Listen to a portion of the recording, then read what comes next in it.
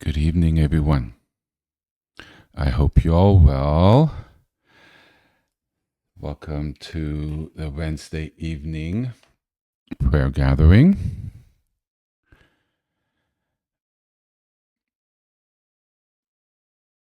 So, why don't we take a moment and kind of collect ourselves from getting here? It's daylight, I think, standard time in California in the United States now. So, the hours are adjusted by 1 hour going forward into the spring. So thank you for making the adjustment in your schedules. So let's take a moment and I will line up. We'll all sort of collect ourselves and then we'll begin. Okay. See you in a bit.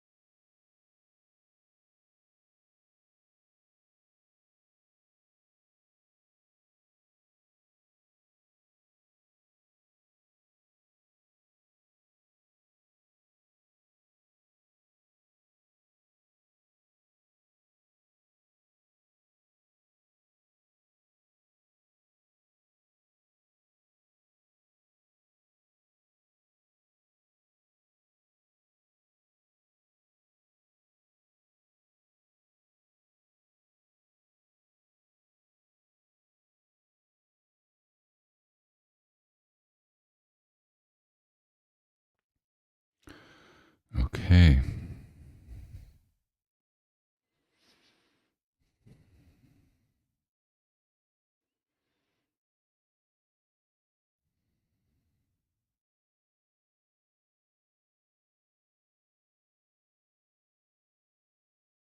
So I've been contemplating a little bit about healing.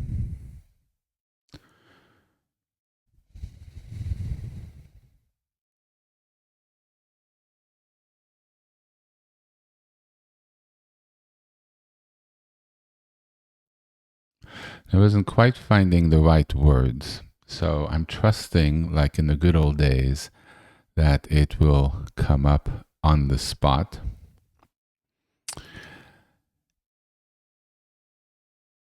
Healing is, it's not in the sense that we view ourselves as damaged or not whole or imperfect.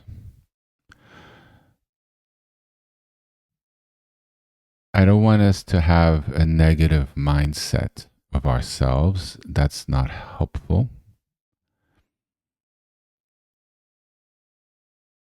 So the need to heal is not exactly the concept I kind of want to bring forward.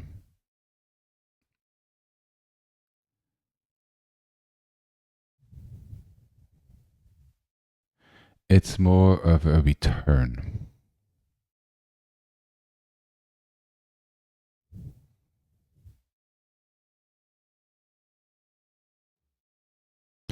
When we do religious practice or improve ourselves, there's a certain longing we have, desire to connect, better ourselves, heal ourselves. Yes, so I can't get around the term very much, and we will be using the Rafa mantra, God heal me, but that's not how I want us to kind of perceive this. It's more of a returning to wholeness, because I want us to get back a return to better than what we were when we were born, better than what our ancestors were, better than what our bodies and minds and nervous system, better than where humanity currently is at. And it's not a healing, it's more of a return. That it's a time, that it's the time to become whole. Whole in the sense of the wholeness in which God created us and we are a bit removed from.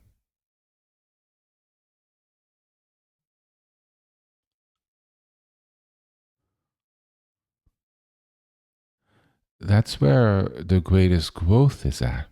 Wholeness carries all the wisdom. Wholeness has all the alignment. Wholeness has all the knowledge. Wholeness carries all the health. Wholeness carries and is part of eternal life. Wholeness has balance in our body, the chakras, the sephirots. Wholeness is in the flow of the central channel of the central column. Wholeness has the union of heaven and earth, of divinity and man, in balance, in proper balance, in a communion. That's wholeness. Yes. The Star of David has an upward pyramid and a downward pyramid. It symbolizes many things, one of which is wholeness. The God in the heavens, us on earth, in the meeting.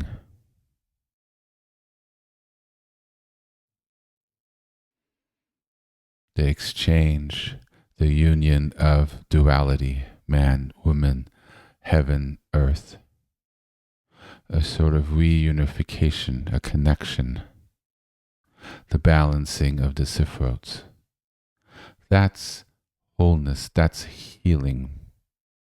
When we do any of the practices I teach, and almost anything religious, Even reading sacred scripture is to come with understanding, to connect, to refine that wholeness, to find guidance on our lives so our actions are in balance, where we live a proper life.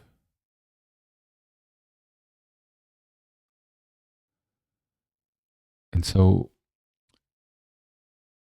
it's really a return to balance, a return to wholeness, contemplating what this winter emphasis will be. And I still have many thoughts. But I'm beginning to settle on a return to wholeness and balance. Because that's very much where my life is at. And I think it's where a lot of people currently are at. There's a great need in this planet for wholeness.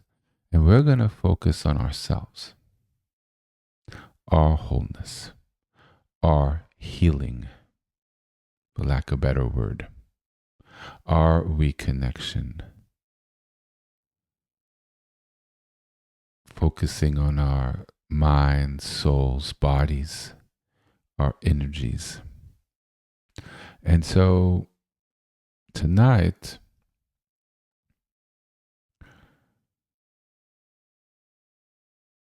we've done a lot of work over the last couple months on using Rafa, Adonai Rafa, Yahweh Rafa, Abba Rafa, the desire connecting with the aspects of the divine that heals us. God that heals, connecting with that healing energy. But it's really a return to wholeness. When we get disease, our body is out of balance. There's something that goes wrong. It's the removal of a wholeness, an out of balance, something in equilibrium that functions. Prayer, working with our bodies, raising our energy, repairing what's out of balance, returns us to a wholeness, an equilibrium, a balance. It replenishes what is gone. It brings back what has left. And from that place, we can go forward into the world, into our lives, into our families, whole. And so we'll work with the mantra of using the word Rafa, but I don't want it to have sort of the intent we had it over the period of Elul and the high holy days, where we really pushed it, for lack of a better word, to healing, repair in a certain intensity. It was they had a fervor to it, which is very appropriate for that season. The sense of urgency, because there was a finite period of time before Yom Kippur. It was a lead up, Rosh Hashanah, Yom Kippur. There were a certain number of days. And so it was an intensive. But the return to wholeness is a lifelong practice. And it's gentle. But it doesn't mean it takes a lifetime. I just want to double back on that. We can go very, very far in not a long period of time. But it's a sort of reorientation, a recalibration, a change of focus, a change of emphasis where we pull back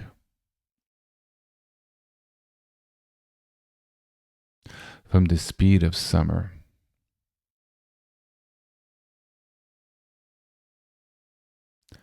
The beaches, the vacations, the parties in the park, all that excitement, which from having beautiful weather we do,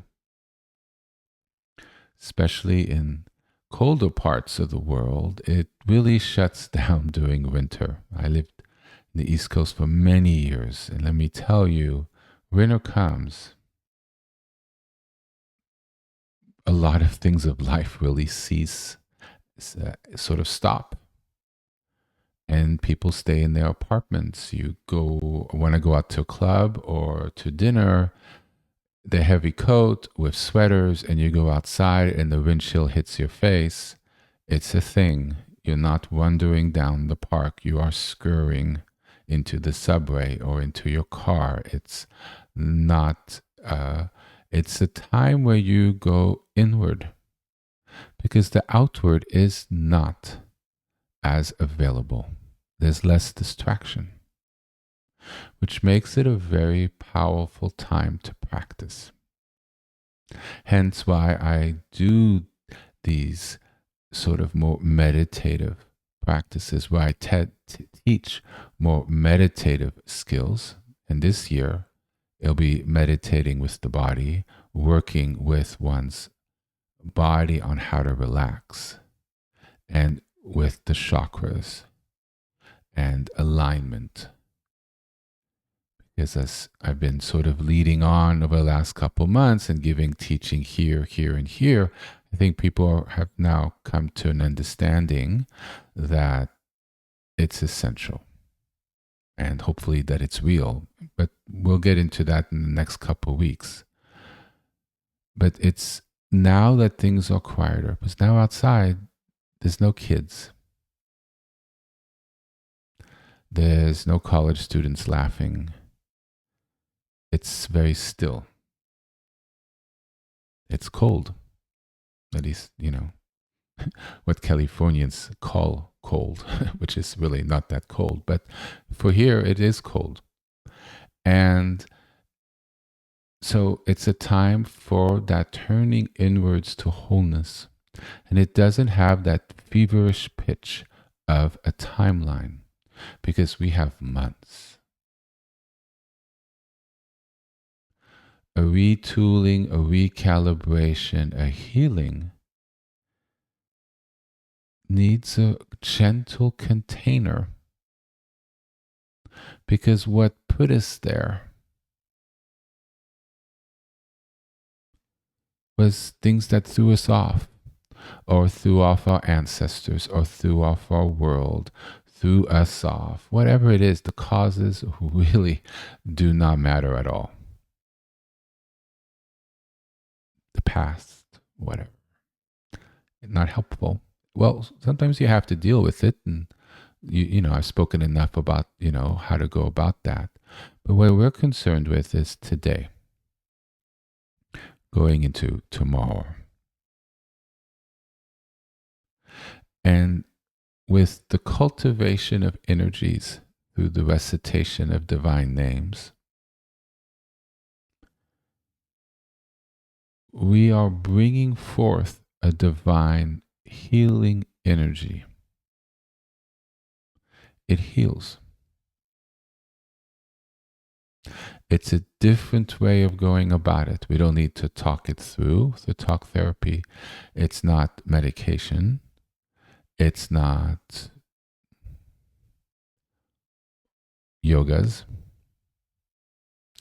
It's not multivitamins. It's not a lot of things. We're working directly with sound and vibration and the blessing of certain syllables. And as I think people who've been with me for a while, they've pretty much realized it's a real thing by now, hopefully. So we're working with that, we're bringing a source of harmony to our disharmony. We're bringing a source of blessing to rebalance, recalibrate, to bring back any missing pieces. But it's not from a sense of having a deficit, less than. I'm sick. I'm out of balance. I'm missing this, or I'm fucked up, or whatever it is. It's not coming from that sense. It's the sense of just saying whole. The desire of retaining, regaining, or attaining for the first time a sense of balance and wholeness without categorizing where you are. You're moving forward and you're using a modality, a means with which to move forward, and you're using something that hits the repair button. And you don't need to know as to why or how or exactly what is off. Because a lot of it, what we're working with here, as opposed to other modalities, is a more subtle form of repair that's very powerful. And you don't need to know what is off to do it. It's like the mantra does the work. It's intelligent. You don't need to direct it.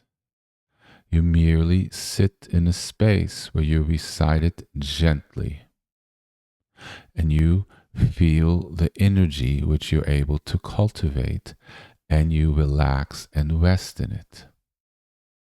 It's like having a massage, or going into the hot tub, or hot shower, or hot bath, whatever. You don't need to do anything. You lie there, you do it. You don't need to think, I need to relax this muscle, or I need to move in this direction for this to work, or that. No. You're passive. Now, we're not completely passive because we're creating the environment. We're using, if you choose to, prayer beads. You're taking the time and you're reciting it, which takes a little practice. I think people have gotten a good sense of the energy that's possible, or at least a little bit of a taste. And then you see the fruits of it. You see over the course of weeks or a month or two how things have changed. And that's how you get confidence in the practice.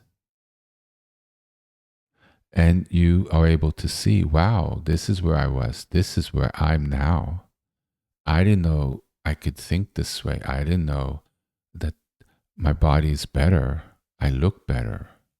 Wow, this is wow. And then you begin to have confidence, and then you continue. It is not a rush. You do it too fast, push too hard. You don't want to burn out. At the same time, that's also aggressive. What's throwing us off is aggressive. So we don't meet aggression with aggression, because often what needs to be rebalanced is actually things that need to be released. And pressure doesn't allow pressure to go. We're creating a warm, blessed environment of healing, which invites what needs to leave, because our body naturally is able to balance itself. Our body has a natural equilibrium and wholeness. We're just not aligned with that. So we don't need to make something happen. We don't need to create changes for our body to be or do or align in a way that it naturally does not align. We are not fundamentally unwhole. unhealthy, out of alignment. At our core is that inner beautiful cathedral, that ark, our alignment, the Shekhinah, and that is whole and that is perfect. We are merely releasing what keeps us from being that, which is at our base. So what we're doing a lot is like the archaeologists with their little brushes and or little tools that blow air to move things away to get what's underneath. It's a release. It's not a bulldozer. It's just inviting things to go. And that's why it's important to remember to breathe when you meditate or pray. It's important to relax. Any tension, let it go. And then sometimes I stretch a couple times during a practice, especially if it's longer. And I'm shocked that I'm able to find cracking bones where they weren't before, which is a very good thing because that means that tightness that held something out of balance was ready to readjust. And you're able to stretch deeper and further and do stretches you weren't otherwise able to do. Why? How? Because that holding, that tension, that disequilibrium that was in us has relaxed and released and let go. And therefore, a whole new way of being emerges. A whole new way of seeing emerges because with the constriction gone, the energy flows. Our brain, our third eye, our alignment, the way we perceive and think, doesn't have that energy within us that colors, like a collar. My accent's getting in the way. That adds a temperature or a flavor or a way of perceiving things that's not correct. We're able to see things clear. There's a clear seeing, a clear feeling, a clear being. Because that calibration, that release, now we're able to touch into deeper currents within ourselves, not the trauma, not any sort of imbalances or damage or whatever. But because that energy releases, a lot of what we have is based on energy.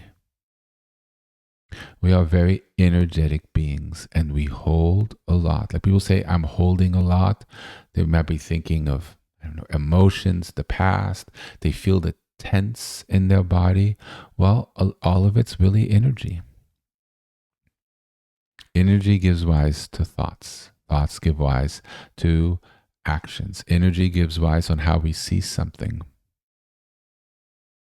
We see it for something that's not there or an intent that was not there, but we are sort of have PTSD or it was like that in the past. So we kind of impose that view on something that's not there and we act or react accordingly. With this release of what we've accumulated, it's a brave new world. Doesn't need to be out there. We might not be able to do a whole lot out there, but we can certainly work with ourselves.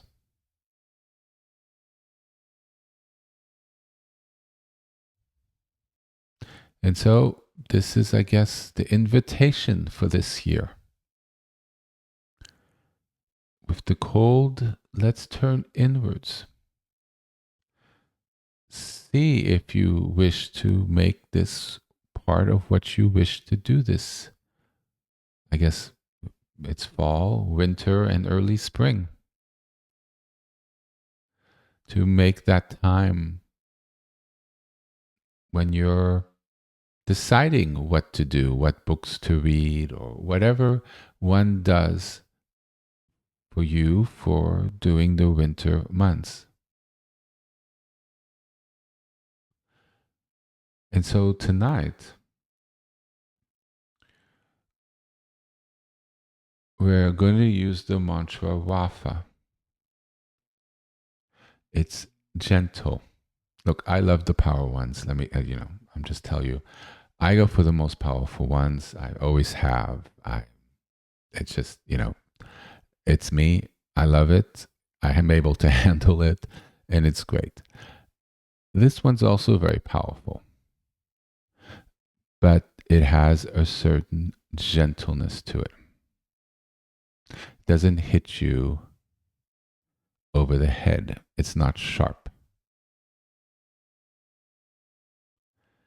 It doesn't feel energy course through you. It doesn't break through. All of which are very important depending on what you need. But with this, we're just creating an environment.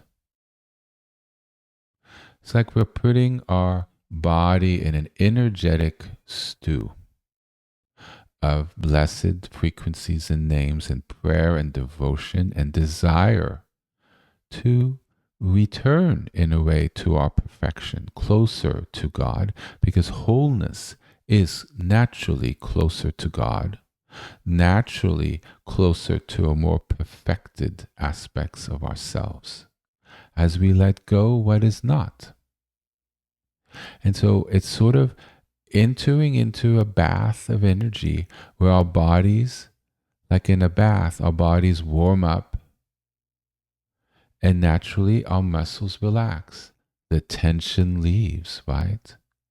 The thoughts, the day, the week, the year leave us in a bath. Everything relaxes. We feel calm because our muscles become calm. Therefore, our thoughts become calm. And then we might have that aha moment that we didn't have before because we've calmed the storm.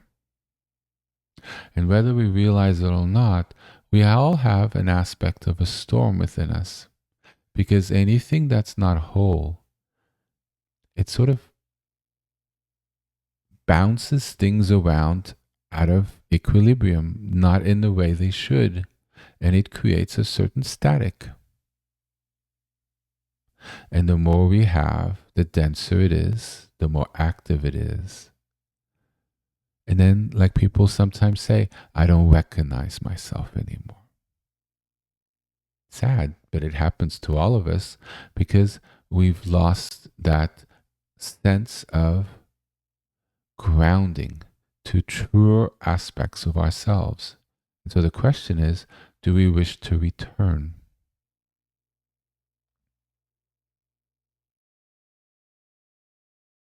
So tonight, we're just going to go gentle.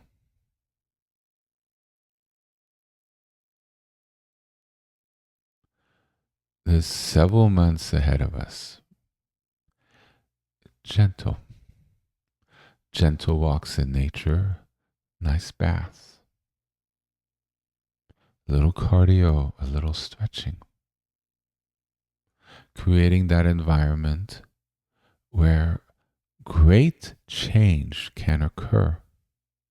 People think they need to do a lot to have great change. That is not the case when we're doing what I'm suggesting here. I know it's counterintuitive, but what we're creating is changes on many different levels and bringing in great blessing. And things start clicking in a different direction and it creates a momentum. It's quite amazing. One begins to realize that what we hear, the pop psychology, oh, you got to do this, and nobody really investigates. Everybody says it, so it's got to be true. There's a lot of things buzzing around that are really not accurate. And I think one will see that it's the regular investment of a little time, the small changes one makes, the clearing of how we perceive, and therefore we act, behave differently. And quickly we realize that we're in an entirely different space in our thinking, even where we are physically, because have discovered avenues, roads, health that we didn't know because we were locked in to something. We were locked into a certain paradigm. And we didn't think, or we didn't think we could, or we weren't even aware what else was possible. And it's that we turn to our core, releasing the things that no longer serve us. Some of our behaviors and ways of going about things were necessary in a moment in time, but might not no longer be necessary now. So it's really a sort of release and finding that quiet, that candle, that sacred space, the sacred words where one can pray. You say it for a while, then you sit there, you feel that union, that wholeness, and then you can pray, or things come to you. And you're like, oh, oh, oh, oh, oh, oh, oh, oh. And then you go and you write something down. Yes, it's beautiful. Yes, it happens a lot. Just click, click, click, click, click. That is very, very important. Thoughts lock in energy. Thoughts lock in behaviors. When things go click and you see and you're like, oh my gosh, how did oh, things really change. It comes from a lot of different directions, but it's finding that stillness, that calm. In our society is everything but that. It's all about the next thing, movement, not enough time, lots of aggression, lots of crazy, a lot of distractions. People are afraid to touch in within themselves, afraid what they're going to see, and just not knowing. It's an undiscovered country. It's an undiscovered. No techniques aren't really taught. Those that are a lot of pop psychology with people who are off, showing things that are cute that could bring in income, but really people do it for a little while, but they really don't teach it, and it's can hurt. It's just not in the way it's presented, or it's incomplete. So a lot of what we have is we don't know. And the emphasis in modern society with all the electronics is everything but reflection and stillness and opening and release. We're very good on adding things and replacing things. Not so good about releasing things and finding the open space.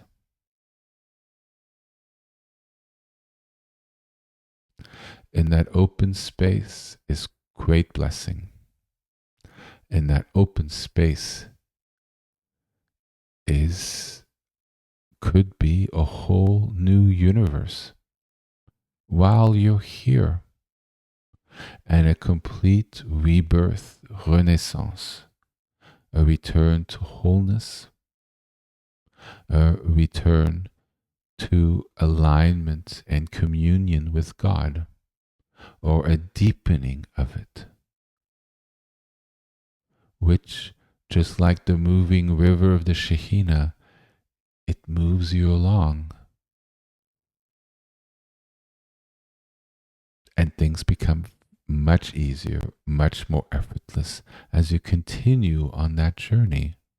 But every journey comes with a first couple steps, the hesitation, the not uncertainty, and giving up what's not on the journey. Making that time, making that commitment, and then you have to forego, not do certain other things during that time.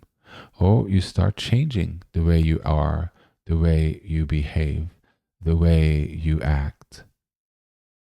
You bring in different healing modalities, what else you need to assist you, and it becomes very holistic, very complete.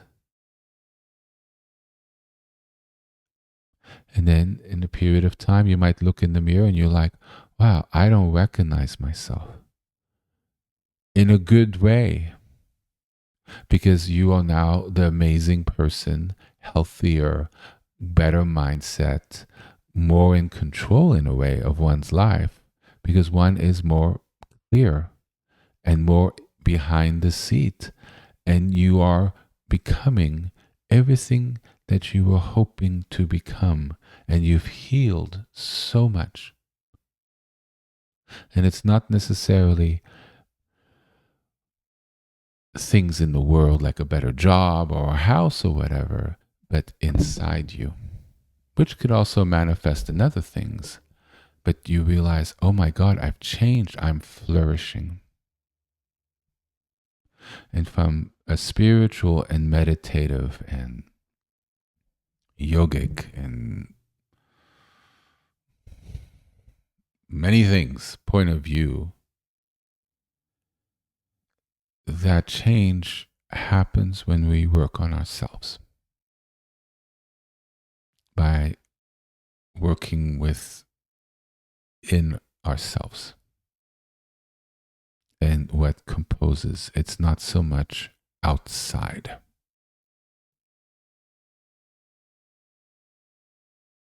The outside assists what's going on within us.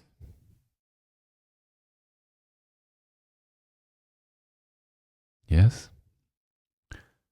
So I've given a whole teaching on Wednesday, which I've always tried to leave for Sunday. But I think this is where we're going, and I hope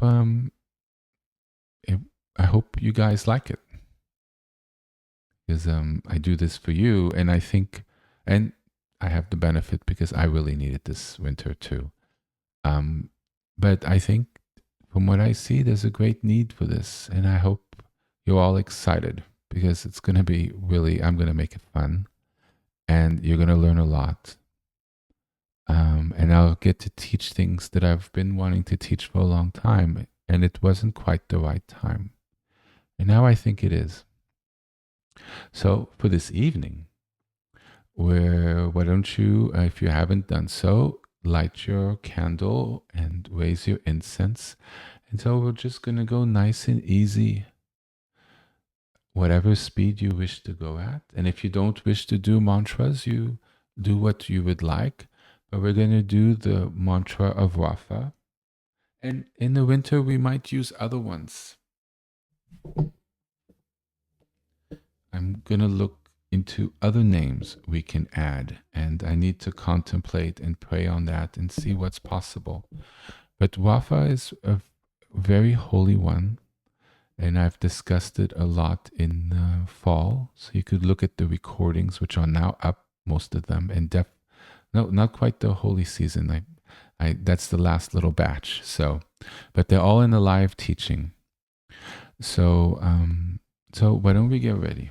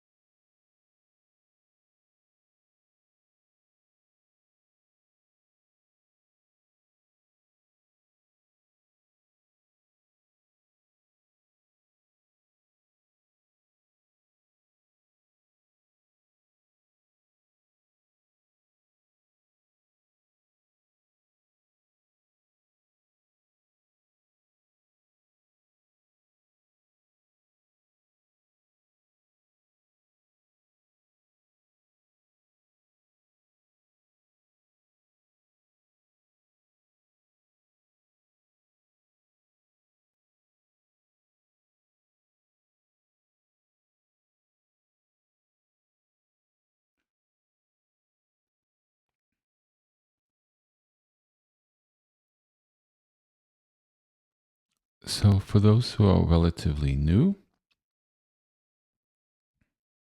so Rafa means who heals. So if you say Abba El Rafa, Abba who heals. So it's calling on a particular aspect of God, a healing aspect, as opposed to asking for wisdom or protection or the need for money or medicine. This, you could ask, this is asking for a healing aspect, a return to wholeness. And there's no need to contemplate what makes you not whole. We are generating the energy of wholeness. A healing is whole. So it's almost, you just say the name, but you don't think of anything.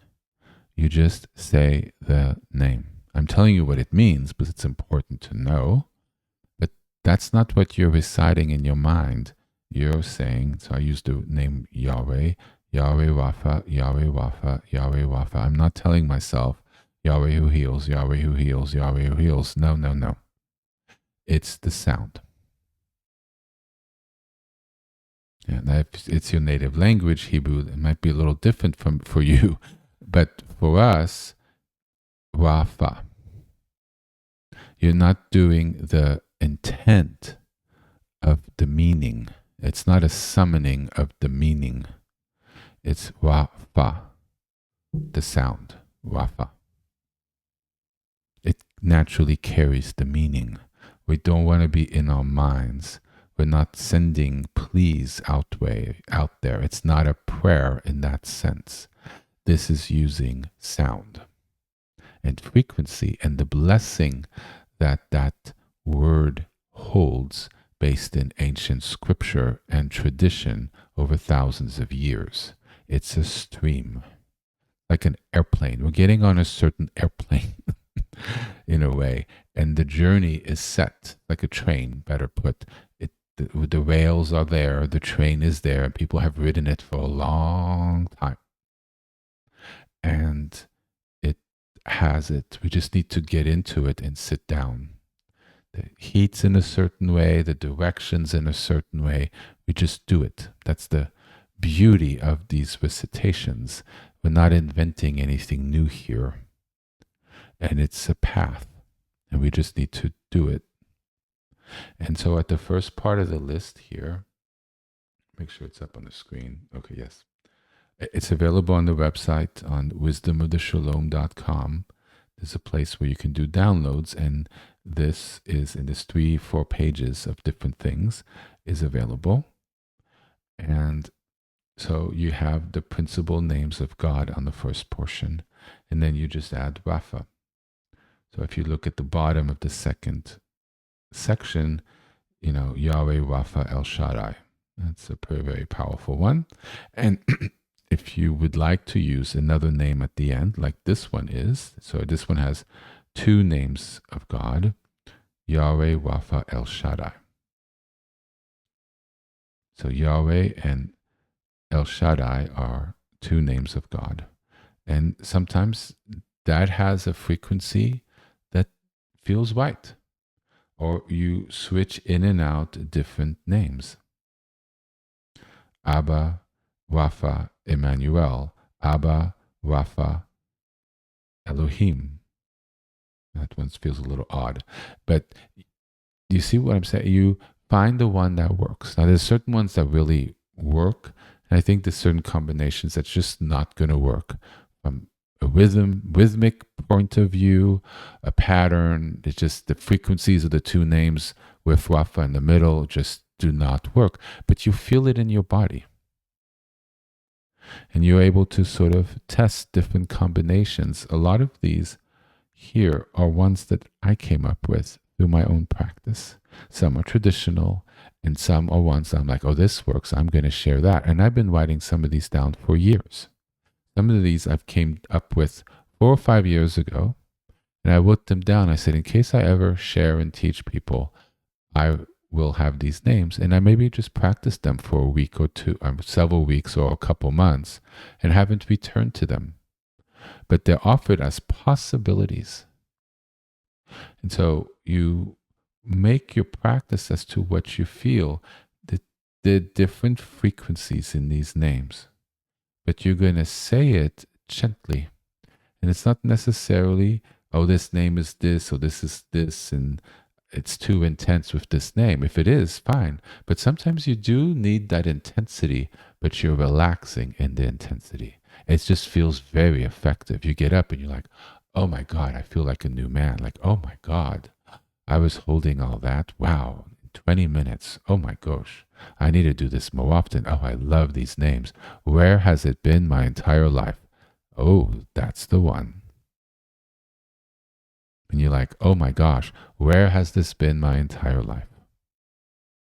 I wish I discovered this soon. Oh, this one sits so perfect with me.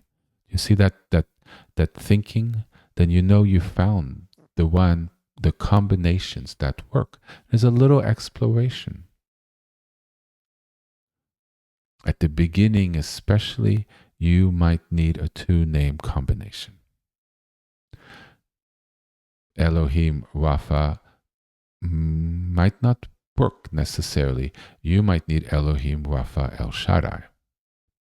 And especially at the beginning, you kind of need that extra oomph because you're new and your body is not as sensitive.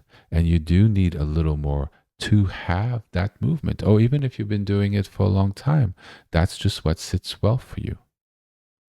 With time, depending on what you do the prayer for, the names change. Two names is enough. One, the Aleph practice. Spoke about this, I don't know, a year and a half ago. There's a progression, but then not necessarily. For certain things, one, or certain seasons in your life, you're doing this. The most, and that's perfect.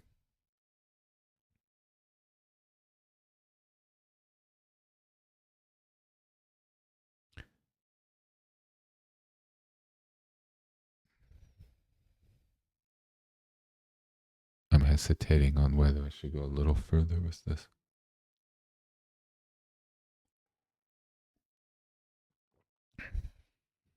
One, with time, can develop the ability of just looking at the Aleph, because all these names go into the Aleph, and just look at it or rest in the Aleph or do a certain Aleph practice, and all of that just happens naturally from that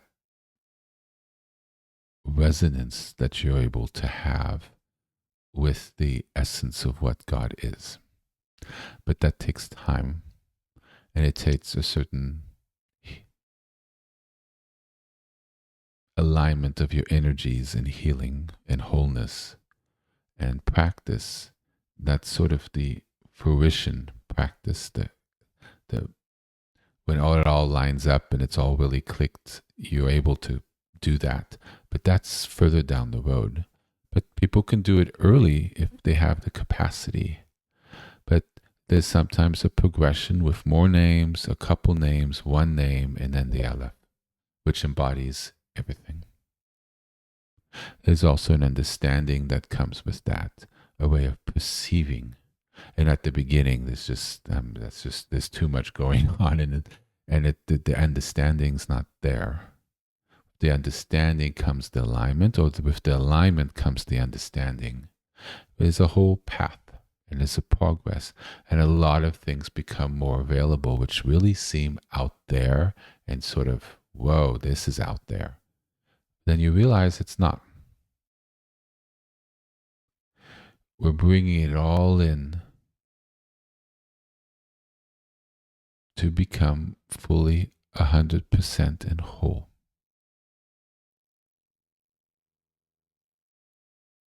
And it's just doing it today with our candle and our incense and whatever name we use. It's just we're letting go into the current.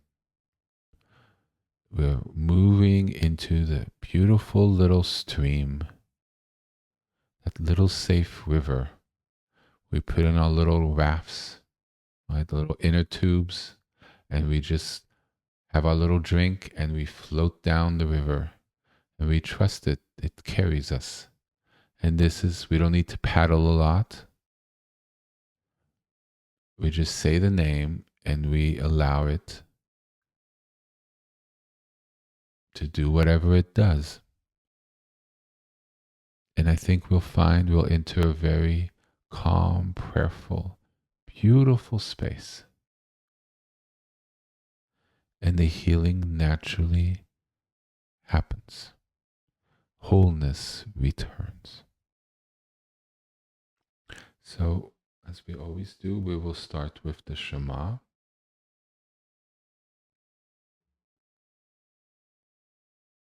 Like starting with this, it's a good way to sort of bless the space and to kind of announce sort of an official start. Yes? Okay.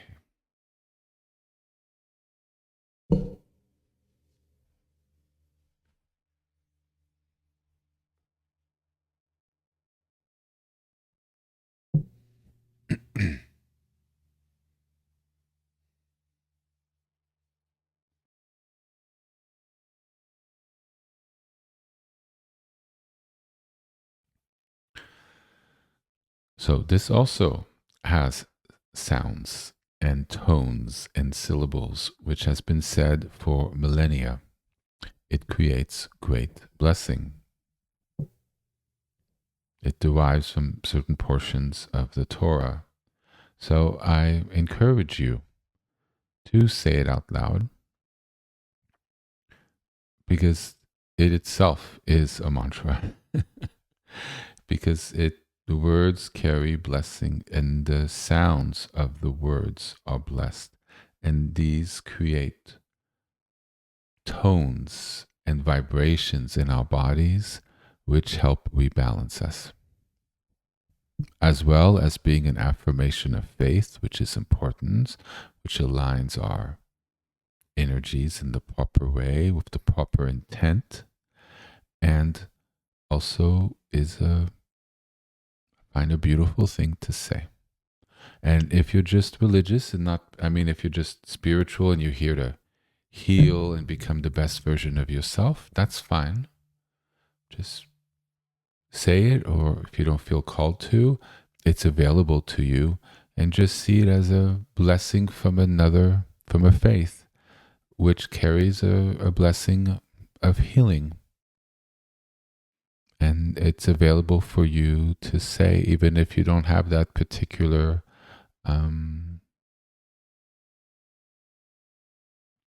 pronouncement of faith. Even if you don't kind of really believe it, it still has that divine blessing in it. And it's not an exclusive club. Okay.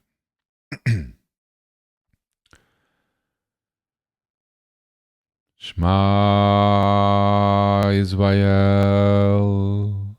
Adonai Eloheinu, Adonai Echad.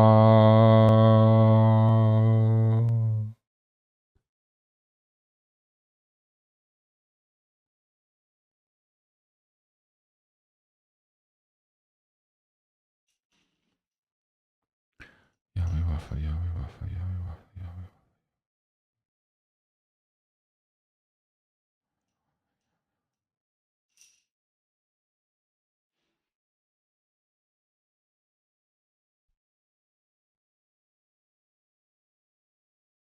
Yahweh Rafa, Yahweh.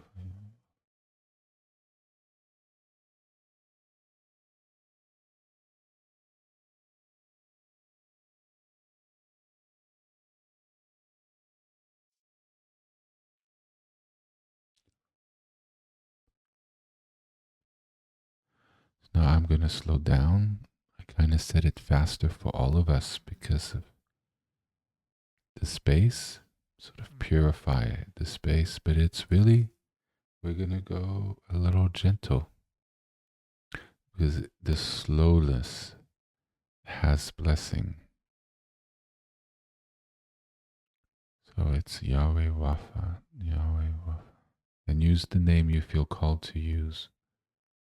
Yahweh Rafa, Yahweh Rafa, Yahweh Rafa, Yahweh Rafa, Yahweh Rafa, Yahweh Rafa, Yahweh Rafa. Now when you say it slow like this and you have prayer beads, each recitation is one bead. But we're not counting them. But by going slowly and one recitation is in a bead, that mantra infuses into the bead because you're holding it between your thumb and your forefinger. If you're right-handed, the energy of the body leaves through the right hand. So as you're saying the name, the frequency of the name is leaving through your right hand into the bead that you're holding. And that infuses the mantra, the intent, and the frequency into the bead. And you do that often, and you have 72 beads right up against each other. The prayer beads, and they're in a circle, or stored as a group in a pouch or something, or someplace where it's well kept. It will hold the frequency of that. And sometimes people use different prayer beads for different intents. And there's different color stones which you have for healing. Turquoise is really great, and depending on what you want to use it, what you feel called to. But the prayer beads hold that frequency. That's why I like more minerals than wood. Wood doesn't quite hold it as well. It holds it. So if you're feeling not well, or it helps deepen your practice because it becomes an aid. Because you hold it, it has the frequency. So you're not always generating it only on your own. Your prayer beads actually help you generate it. And in turn, you infuse it in your prayer bead. This is why they're seen as tools. And you treat it reverently or like it's sacred, because it's literally carrying the divine frequency and blessing of the mantra you're saying. Yes? So you treat it with respect, which in turn keeps the frequency in the prayer beads. Yes, you don't worship it. Let's just be clear. No. But yet it's a religious, spiritual tool. And you have a lot of gratitude towards it because you begin to see that it really does help you. And if you have a friend, a family member who's ill, you could loan it to them. And they who don't have this practice, who don't understand it, don't need to believe in it, because you will see they will feel better with it.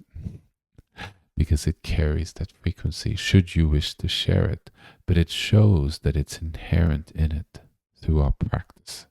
As we do the montration of names, our bodies have bone and calcium, which hold a lot of frequency. Not necessarily the frequency we wish to keep. As we say the names,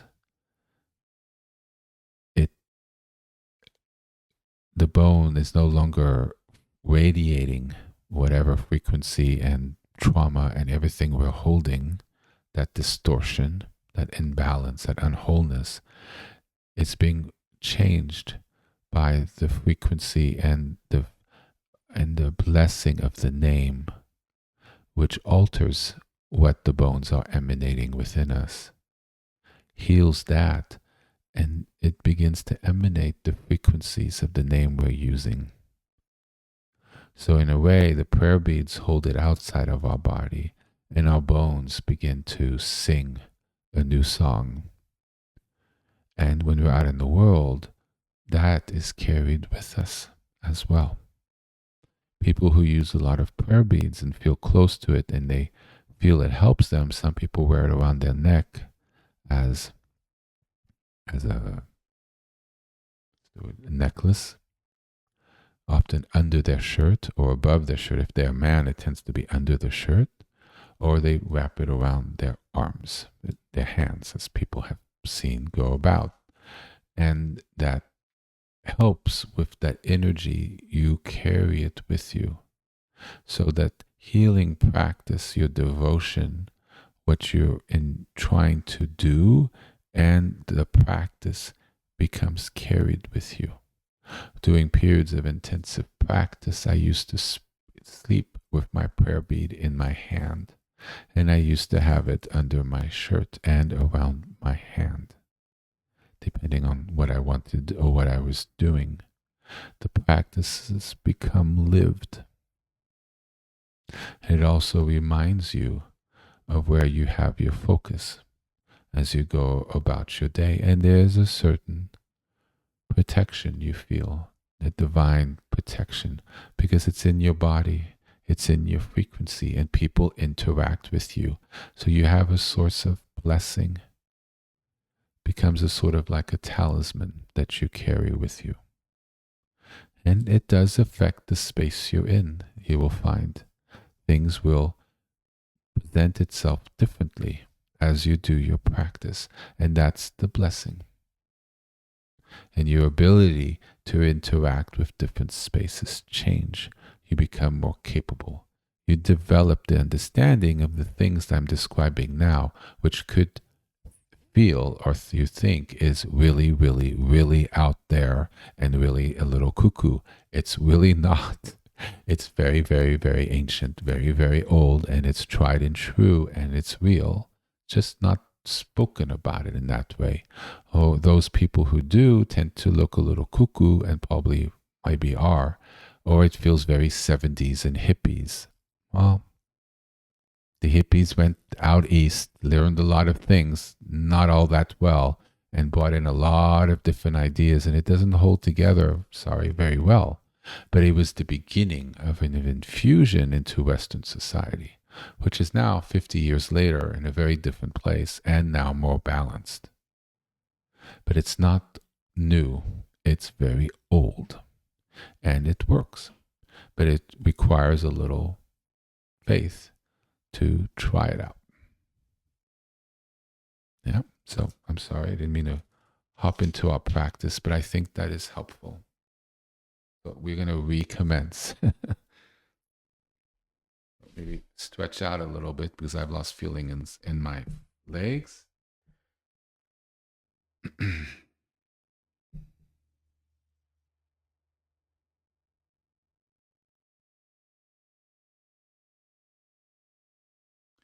you wish, you could put up some more incense. I'm going to do that. So you see, it's a loose practice. It's not rigid. We're working with our flow.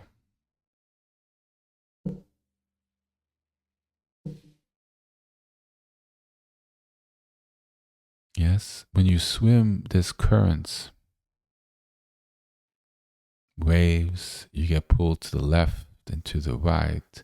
You kind of have to swim with it. If you swim against it and you force it, you get tired.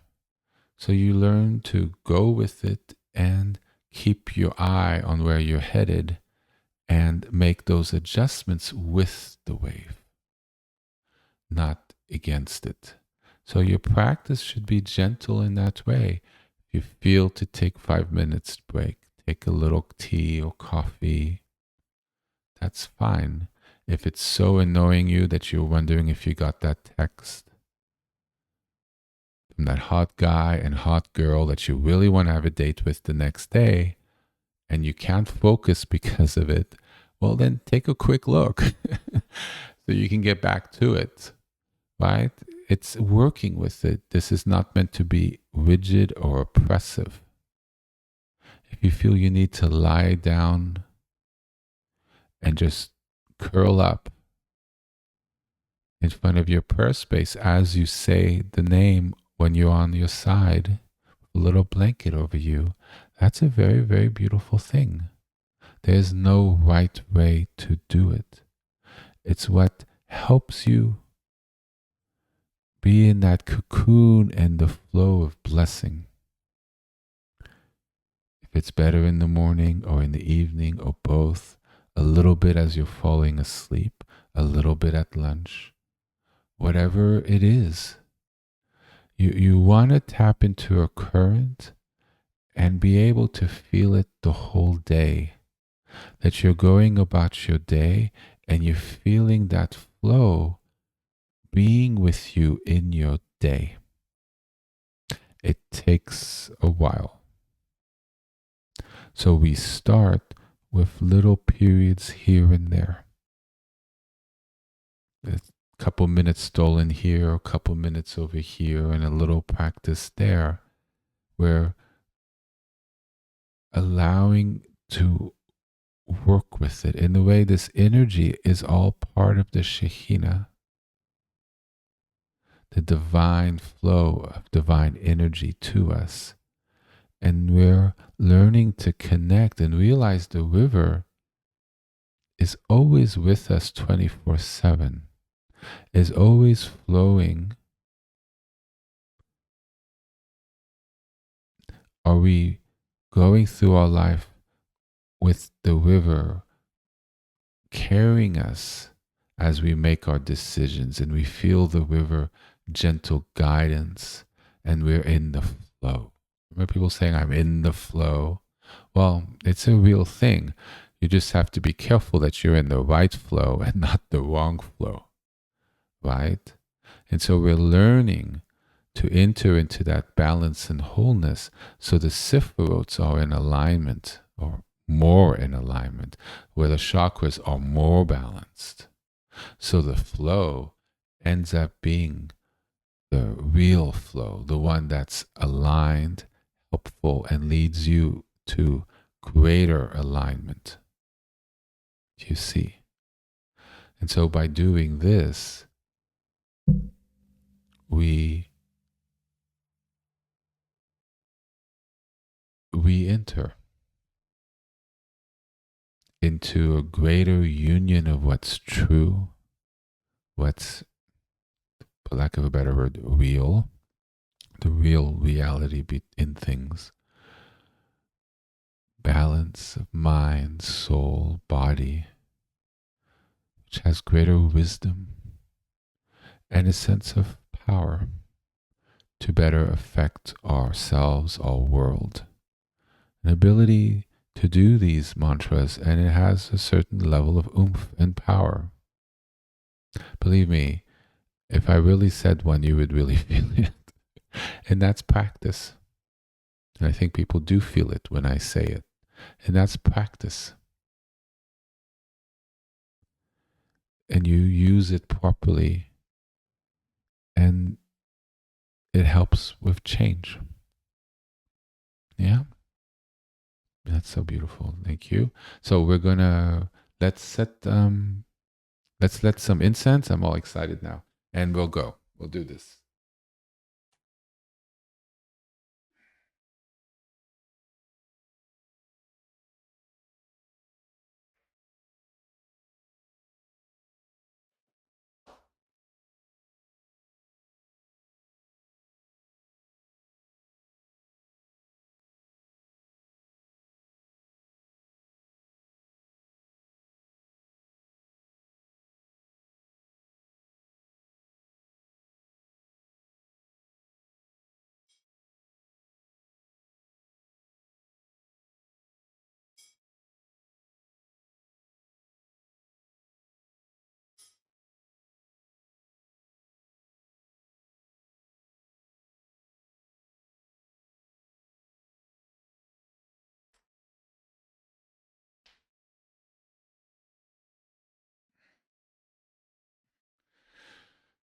So, since I spoke about making prayer beads, I remember editing it recently. I think there's a 2-part teaching in May or June.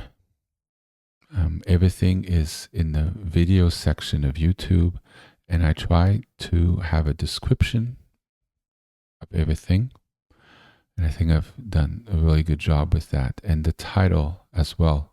should be descriptive. So if you go down, you should be able to find on prayer beads, there's a whole thing on stones, how to go looking at stones, and then afterwards, after that one, there's one or two, I think two, on how to make them and how to bless them and how to work with them.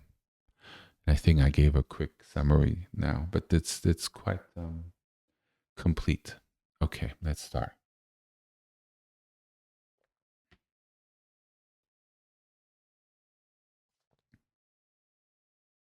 So when one restarts, just sort of recenter. Put your hands together, fingertips together at the right angle at the chest, and you just close your eyes, breathe, feel your body, feel your posture and alignment, and just kind of center and relax. And by having the fingertips together, it recalibrates the energies of the left and right side of the body, left, right side, and hemispheres of the mind, and the thoughts settle, and you feel a peace and an opening. And once you kind of feel that opening in that space come up, it takes practice. Um, through relaxation and balancing one's energies. So it's almost like a chicken and the egg thing going on. But you relax and then you start your practice. The mantra has less to work through. Yes?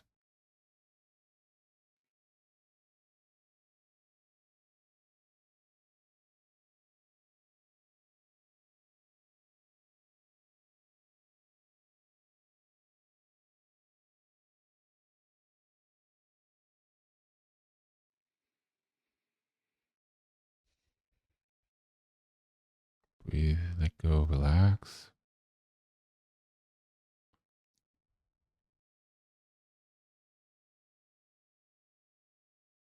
Yahweh Rafa, Yahweh Rafa, Yahweh Rafa, Yahweh Rafa, Yahweh Rafa, Yahweh Rafa.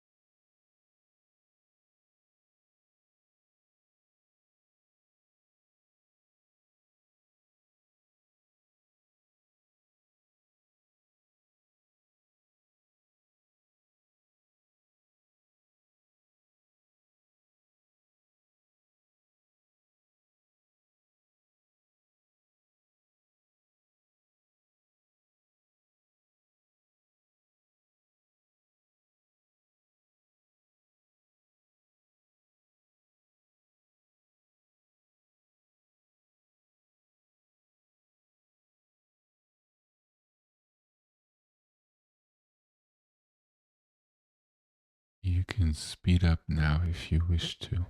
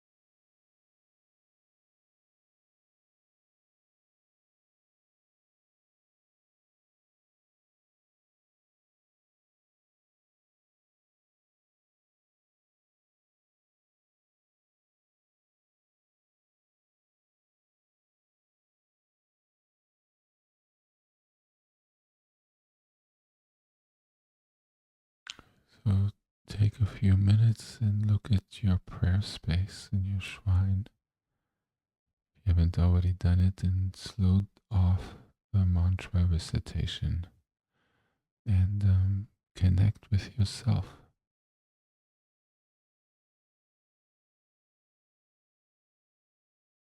That feeling of wholeness, what's changed, opportunity to pray as we sort of close our practice. If you wish to continue, feel free to continue. But we're going to, at least for me, we're going to close the practice. So take a moment and feel your space, feel the fruits of your practice. And maybe say a prayer if you feel called to.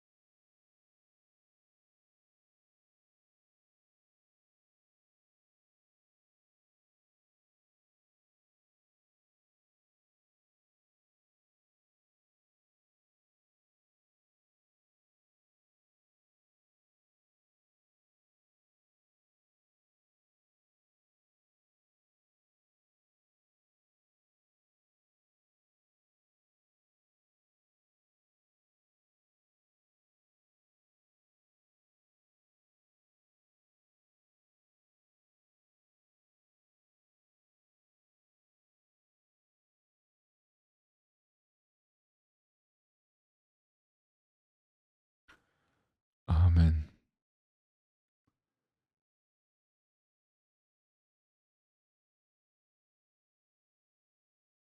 I hope this has all been useful, and for you, I've heard that a few people wish to learn more about mantras, and it inspired me to go into this focus. It's the most powerful and fastest way that I know, and it's the most beautiful way as well. So I hope you've enjoyed this evening, and I wish you all the best for the remainder of your week. And look forward to being with you all on Sunday. Have a good night. Bye bye.